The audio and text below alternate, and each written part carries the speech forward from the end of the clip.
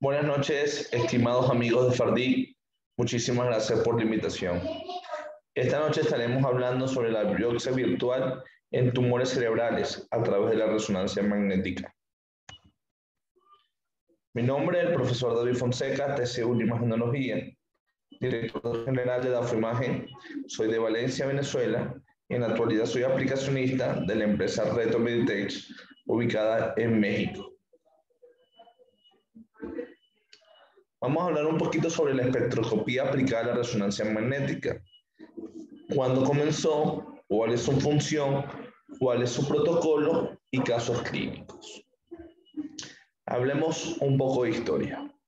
El inicio de la espectroscopía, el IRM, fue en el año 1951, donde se descubre la aplicación química de los metabolitos. Entonces, se aplica la técnica de Fourier que sigue aplicándose en la actualidad. Hay diferentes partes de la espectroscopía, pero las que utilizamos en resonancia magnética es la espectroscopía de hidrógeno. Función de la espectroscopía. Es una técnica no invasiva que se encarga de estudiar los metabolitos intracraneales, complementado la información morfológica del estudio de resonancia magnética. La resonancia magnética aporta la información morfológica y la espectroscopía aporta la información metabólica. Por eso la llamamos biopsia virtual. Qué importante es la espectroscopía, que a través de ella podemos estudiar ciertas zonas sin necesidad de tocar al paciente. Por eso le llamamos biopsia virtual o biopsia mínimamente invasivo percutánea. Vamos a hablar un poquito de la biofísica de la espectroscopía. La base física de la ERM y de la espectroscopía son las mismas, pero hay ciertas diferencias. Y la principal diferencia es que la resonancia magnética, la codificación de frecuencia es para la imagen, y en la espectroscopía la frecuencia codifica el grupo químico que origina la señal, como por ejemplo los metabolitos. Hablemos un poco de metabolitos y de las curvas. Nosotros cuando hacemos espectroscopía o realizamos el postproceso de la espectroscopía, vamos a estudiar ciertas curvas de metabolitos que son definidos por pares por millón. De acuerdo a donde esté ubicado la curva o el metabolito, va a resonar y va a tener un nombre característico. Estos son ejemplos. Podemos encontrar lípido, colina, N-acetilespartato, la creatina, y dependiendo del tiempo de eco vamos a estudiar más o menos metabolitos. ¿Cuáles son los metabolitos más comunes? Los más comunes son N-acetilespartato, creatina, colina o lactato. La N-acetilespartato resuena alrededor de 2 pares por millón. La creatina va a resonar a 3 pares por millón. La colina a 3.5 pares por millón. También podemos encontrar una creatina 2, podemos encontrar los lactatos y los lípidos que resuenan a 1.5 o a 1.6 pares, y los vamos a describir a continuación, cada uno de ellos y cuál es su función. Por ejemplo, comenzando con el N-acetil-aspartato. ¿Qué hace el N-acetil-aspartato? El N-acetil-aspartato estudia la viabilidad o integridad neuronal.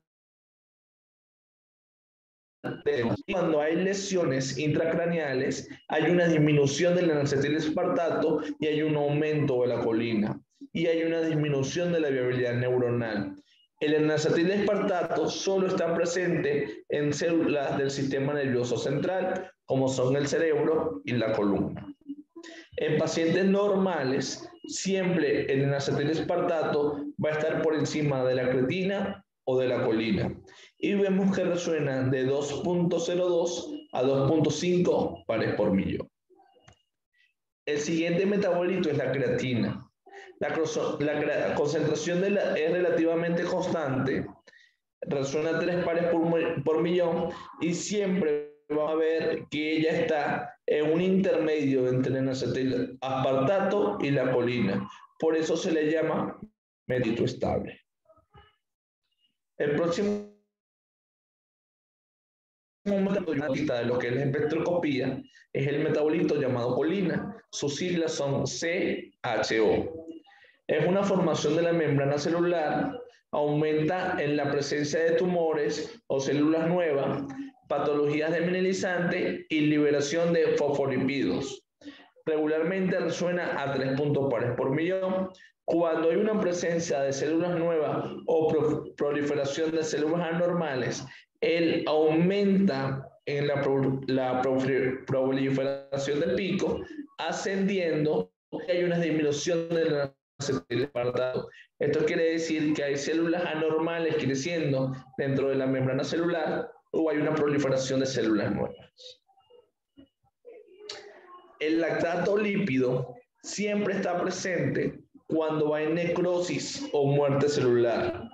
Cuando el lactato resuena o aparece, que puede ser que esté hacia arriba del pico o invertido, es cuando hay una presencia de necrosis o de muerte celular, o cuando hay una presencia de enfermedades infecciosas, como son la toxoplasmosis, la mononucleosis, o como son las enfermedades tipo infecciosa, como los accesos. Cuando hay un acceso, siempre está presente la curva de los lactatos. Entonces, en un poco de la descripción de estos metabolitos, podemos estar asociados que depende de la patología que estemos estudiando, encontrar metabolitos en diferentes curvas y diferentes comportamientos. Eso es muy importante. Nosotros, profesionales del área de la biología, en este caso la resonancia magnética, estemos familiarizados con la presencia de este tipo de metabolitos, este tipo de curvas, para nosotros tener una idea de qué nos está diciendo esta lesión de acuerdo a donde ubiquemos. ¿Qué tenemos que tener en cuenta al debemos tener en cuenta el tipo de eco, el uso del contraste, la planificación del estudio? Porque estos tres parámetros son bastante importantes. Depende del tiempo de eco que utilicemos, si es un tiempo de eco largo o un tiempo de eco corto, lo vamos a utilizar en diferentes patologías. Si nosotros vamos a utilizar en patologías grandes, como son tumoraciones o como son aquellas gliomas, glioblastomas, las tumores que son muy características de lesiones tipo metástasis o cáncer, nosotros vamos a utilizar tiempos de eco largo, como son tiempos de 144 milisegundos. Y vamos a tener 3 metabolitos bastante importantes o 4 metabolitos con el lactato. Vamos a estudiar metabolitos grandes como el acetilespartato, colina y lactato y la creatina. Esto en caso de tumoraciones muy grandes. Y los metabolitos pequeños, que son para enfermedades neurodegenerativas, como son el Parkinson, Alzheimer y otras enfermedades de esclerosis múltiple o neuroinfecciosa, vamos a estudiar tiempos de eco corto, porque podemos tener una serie de metabolitos, como inositol, glutamato, y podemos disminuir la distorsión de la línea basal. En caso los tiempos eco largos, siempre tenemos una línea basal bastante homogénea. Entonces, esto es bastante característico. Si a mí me preguntan, si vamos a describir un tumor o estudiar un tumor, vamos siempre a estudiar tiempos de ecos largos. Si vamos a tener un paciente que es un paciente para estudios de enfermedad neurodegenerativa, siempre con tiempo de ecos cortos para tener una línea basal más distorsionada, pero vamos a tener más metabolitos resonantes. ¿Por qué el contraste? El contraste no está indicado en todos los pacientes, pero que cuando tenemos una lesión, nosotros podemos estudiar el tipo de realce y mejorar la visualización de algunas de las lesiones. No produce variaciones significativas en la curva final, pero es muy importante. Le voy a decir el por qué. Cuando nosotros tenemos algún tipo de lesión, nuestro realce es muy importante. Si el realce es en forma de anillo, si el realce es en forma heterogéneo, si nosotros tenemos una captación de contraste como este tipo, que es bastante heterogénea, podemos escribir lesión regularmente no son benignas. ¿Por qué? Porque la mayoría de las lesiones benignas tienen captación homogénea infecciosa, como los accesos, tienen una captación en forma de anillo. Entonces ya nosotros con el tipo de realce podemos sacar conclusiones de la lesión que está al frente de nosotros. Entonces, por eso la pregunta ¿ayuda el medio de contraste en las lesiones tumorales? Sí ayuda, porque nos va a dar bastante información del tipo de realce y cómo no afecta o no tiene variación significativa en la curva promedio. De verdad que es mucho mejor utilizar el medio de contraste que no utilizarlo. Y esto también tiene que ver mucho también con la URI y la creatinina del paciente. Nosotros a todos los pacientes en el servicio de imagenología le pedimos una creatinina como mínimo para ver la depuración de creatinina. Si la creatinina sale elevada, le pedimos una depuración de creatinina al paciente para saber cómo están funcionando el riñón. Recuerden que el medio de contraste que se utiliza en resonancia magnética es el quelato de gadolinio, porque el gadolinio en su estado solo es nefrotóxico. Por eso utilizamos una sustancia quelante que es descompuesta de ese gadolinio para poderlo inyectar al paciente. Una de las dosis aproximadas y el frasco de 15 ml podemos utilizar de 5 ml a 7.5, no necesariamente debemos utilizar el frasco completo. Protocolo de la espectroscopía en tumores cerebrales. Todo estudio, antes de hacer una espectroscopía, nosotros debemos hacer un estudio morfológico cerebral, la aplicación del medio de contraste y después la localización del voxel. Estos son también tres pasos bastante importantes. No se puede hacer una espectroscopía si no somos saber el comportamiento de la lesión en las diferentes ponderaciones y en las diferentes secuencias. Está claro y está más decir que ponderación es diferente a secuencia. Nosotros tenemos tres tipos de ponderaciones, que son la ponderación T1, la ponderación T2 y la ponderación de densidad protónica. Y tenemos secuencia tanto de spin eco como secuencia gradiente de eco. Y de ese árbol de secuencias pueden salir las demás secuencias que ya nosotros conocemos como como Fiesta, Spey, Cis, Truffy, Hayes, Flair, Dark Fluid, y de acuerdo a la casa comercial le van a colocar el nombre. Hablemos del estudio morfológico cerebral. Nosotros en la institución hacemos un protocolo básico de lo que es un estudio cerebral.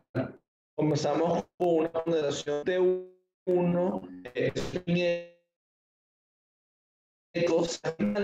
vamos con ponderación spin eco coronal, hacemos ponderación T1, spin eco hemaxial. Esta no puede faltar, que es una difusión más valor de coeficiente aparente o ADC. La difusión que nosotros es una difusión P20 o una difusión de alta resolución que tiene como valores 0, 1000 y un mapa ADC. Si la lesión restringen, tienen que cumplir varios valores, como ser hiperintensa en el valor B1000 e hipointensa en el mapa de C para decir que esa lesión restringe. Otra, la secuencia de estrella y la secuencia Flair o Dark Fluid, como se conoce encima, es una ponderación T2, es una inversión de recuperación, es una turbo spin eco, secuencia Flair. Si nosotros vemos el edema en esta secuencia o vemos la característica de la lesión, por hacer un IR, apaga del agua o del líquido cefalorraquídeo y realza los edemas. También hacemos ponderación T2, turbospin eco axial y una secuencia llamada o llamada eco de gradiente, que es el principio físico. Estas secuencias son ecos de gradiente y sirven para ver la degeneración o la captación o la visión de la hemoglobina. Hemo significa, viene de la hemosiderina y viene de la degradación de la hemosiderina. La secuencia de SWI es para ver igual que el hemo. Recuerden que uno de los enemigos número uno de la espectroscopía es la sangre y el hueso. Nosotros no podemos ubicar el voxel donde hay sangrado o donde hay hueso porque va a salir bastante contaminada. Nosotros tenemos que ubicar el fuera del área ósea, en la parte más sólida del tumor, para tener la mejor curva. Este es un magneton Essensa de 1.5 Tesla con una antena de 16. Este es un Avanto de 1.5 Tesla, 6 canales, que regularmente en la espectroscopía se puede hacer en resonadores de 1.5 en adelante. Ok, vamos a mostrar spin eco coronal, sagital, perdón, T2 coronal turbo spin, T2 axial turbo spin eco. Este es un T1 axial spin eco. Tenemos la estrella en la actualidad, un turbo spin eco dar fluyo. Tenemos el valor B1000 de fusión, el mapa de C y la secuencia EMO o SWI. Ok, una de las cosas principales que quise tocarla en esta conferencia es que regularmente los pacientes que tienen tumores tienden a moverse a la hora de hacer el estudio porque vienen mareados, vienen desubicados o convulsionan. Secuencias Blay o secuencias propias comerciales están siendo muy útiles a la hora de disminuir el movimiento.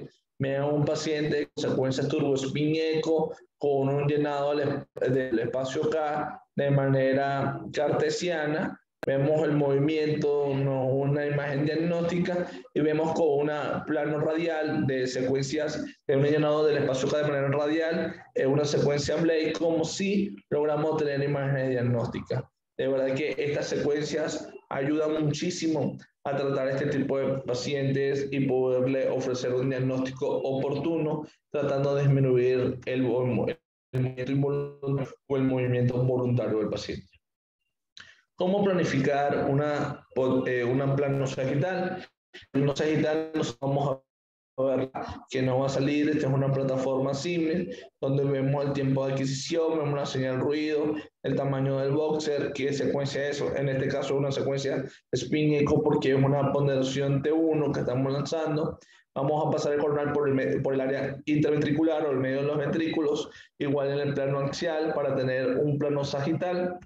Cuando hacemos un plano axial, vamos a tener como referencia el cuerpo calloso, tanto anterior como posterior. Vamos a tomar en referencia coronal los oídos para que estén completamente paralelos los oídos. Vamos a abarcar todo lo que es el área craneal del paciente. Y vamos a también hacer un plano coronal, tomando como referencia todo lo que es el bulbo raquídeo y la médula espinal, teniendo como referencia también los oídos para que el paciente quede completamente homogéneo y no quede rotado a la hora de planificar el estudio. Es muy bueno tomar como referencia que no se corte de manera frontal o de manera occipital el estudio para poder abarcar todo lo que es el cerebro por completo. Okay, este es un paciente que hicimos en el centro donde trabajo, tiene una lesión en el parietal del lado derecho. Cuando vemos en el plano sagital con contraste, vemos que el paciente tiene varias lesiones anteriores y posteriores en el occipital y también en el parietal derecho. Estas lesiones son supratentorio, es un paciente adulto. Veamos que tenemos un poco más de una captación de contraste cuando hacemos una espectroscopía multivoxel. Las colocamos en el medio, tratando de evitar un poco la parte ósea. Estas son bandas de saturación. Las bandas de saturación las vamos a colocar tanto superiores como inferiores, como anteriores como posteriores. Este es el plano coronal. Vemos el voxel o el multivoxel y vemos la banda de saturación. Y vamos a tener el comportamiento de la curva. Nosotros vamos a tener la presencia de la necrosis porque tenemos una curva de lactato y lípidos invertidos. También tenemos un aumento de la colina, una disminución del acetilespartato. Esto quiere decir que hay un crecimiento anormal de las células o podemos tomar como descripción que esto posiblemente sea una lesión malformativa tipo cáncer. En este caso era un glioma de alto grado que tenía varios focos de la lesión. Este es un paciente que después se le hizo una biopsia, se confirmó el diagnóstico y vimos que ese paciente tenía bastante área de necrosis y de muerte celular. Vemos el aumento de la colina, vemos la disminución del acetil-aspartato. Esto les decía, esto es un tiempo de eco largo de 135 milisegundos. Vemos cómo resuena en 1.1 6 lípidos y lactato. Vemos como eso de 2 pares por millón resuena en acetil. Vemos como en 3 pares por millón resuena la creatina y a su lado está la colina. Y la creatina 2 es una versión de la creatina número 1, también llamada creatina fosfolipídea. ¿Ok? Este es otro ejemplo, un ejemplo de un paciente que se le realiza un monoboxer con un tiempo de 30. Vemos que el paciente se le realiza por una enfermedad neurodegenerativa, se le coloca el cíngulo posterior a lo que es el cuerpo calloso, en lo que es parietal. Nosotros vemos el aumento del N-acetilespartato, la creatina bastante estable y la colina bajo. Vemos que esta es una curva normal en un paciente que se le hizo como referencia o como estudio morfológico. Tenemos una lesión, tenemos una lesión interventricular, tenemos un pico de N-acetil casi que nulo, tenemos un aumento de la colina súper elevado, la creatina bastante estable, se le hizo un monoboxel y vemos como hay una presencia de la colina elevada. También tenemos estos casos no solo para el área tumoral se puede hacer diagnóstico o la presencia de la espectroscopía. Estos son pacientes que tienen una esclerosis temporal mesial bilateral de ambos hipocampos, se le hace un monoboxel cubriendo no completamente cuadrado sino rectangular para cubrir la cabeza, cuerpo y cola de lo que es el hipocampo, teniendo como descripción una N-acetil normal, una colina casi que paralela con la creatina, no hay, digamos, un aumento o proliferación de células malignas, por eso encontramos una curva de espectroscopía normal. Cuando ustedes tengan este tipo de curva, puede decir que es un estudio normal. Cuando tengo un aumento de la colina en una disminución del N-acetilespartato, podemos decir que tenemos una curva patológica. ¿Ok? ¿Cuáles son los tipos de tumores? Hay que tener cuidado también con la edad del paciente, pero podemos conseguir tumores primarios y tumores secundarios. Los primarios originados en el cerebro, en los niños el 60 o 70% son infratentoriales, o sea, por debajo del tentorio. En el adulto regularmente son supratentoriales, la gran mayoría. Los secundarios son originados en otra parte y migran hacia el cerebro, también conocido como metástasis cerebral. Ok, los tumores cerebrales y la edad del paciente. Esto es muy importante tocarlo en todos los que son los estudios de tumores y lo que es la espectroscopía. En la infancia y la adolescencia predominan los tumores como los astrocitomas infratentoriales, tumores de línea media, como los medulloblastomas o los pinealomas. En el adulto, los astrocitomas anaplásicos y los gliobastomas son tumores intracraneales primarios más diagnosticados de Recuerden que los meningiomas son tumores de célula meningia, regularmente o todos son benignos, tienen una captación de contraste homogéneo, por eso tienen ese tipo de características que desde la periferia, desde el centro de la periferia, los gliobastomas solo cantan alrededor de la periferia, son bastante heterogéneos. La captación del medio de contraste del querato de Gaulinio.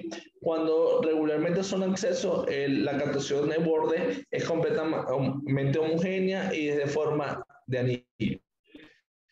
Este es un tumor de órbita, se le hizo espectroscopía, resultó ser un glioblastoma de alto grado que estaba en el área de la órbita izquierda.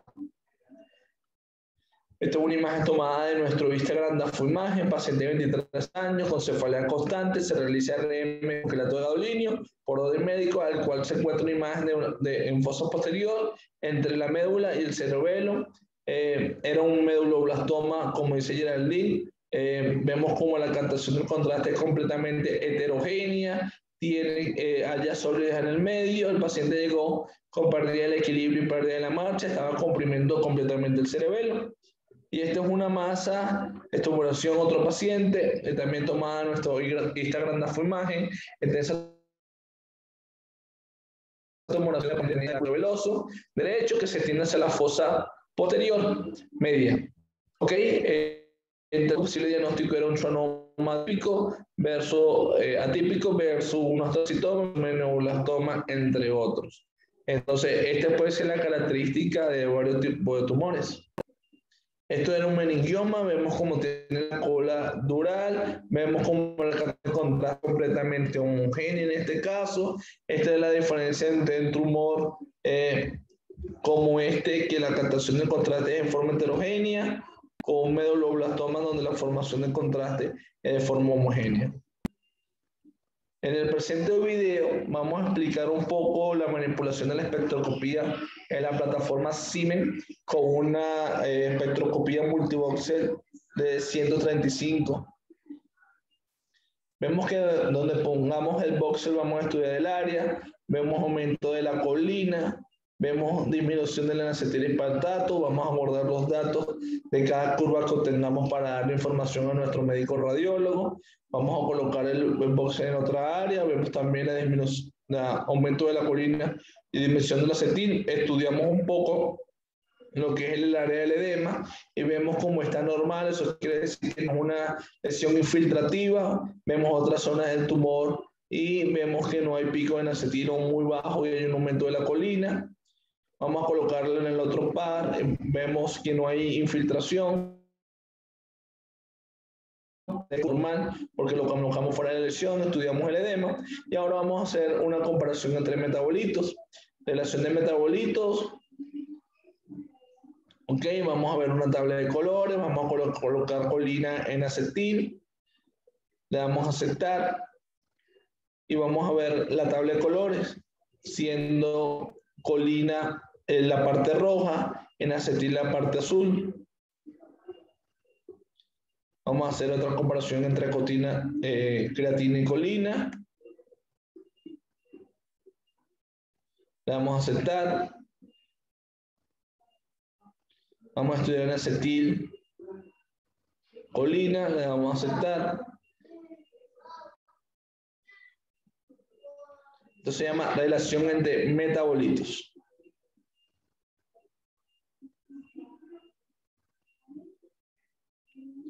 Vemos esta relación entre una acetil y creatina.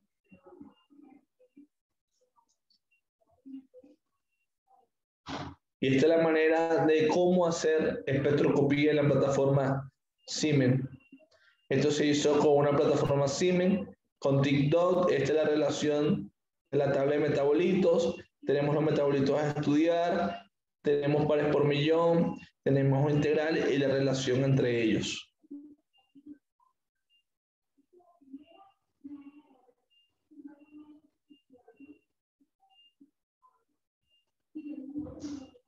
De verdad que fue un placer para mí, para toda la organización de Afoimagen, para todos la invitación. Muchísimas gracias al comité organizador de FARDI. Espero que le haya gustado la conferencia para mi persona, para Afoimagen. De verdad que es un honor. Espero tener la oportunidad de hacer otra charla con ustedes. Muchísimas gracias.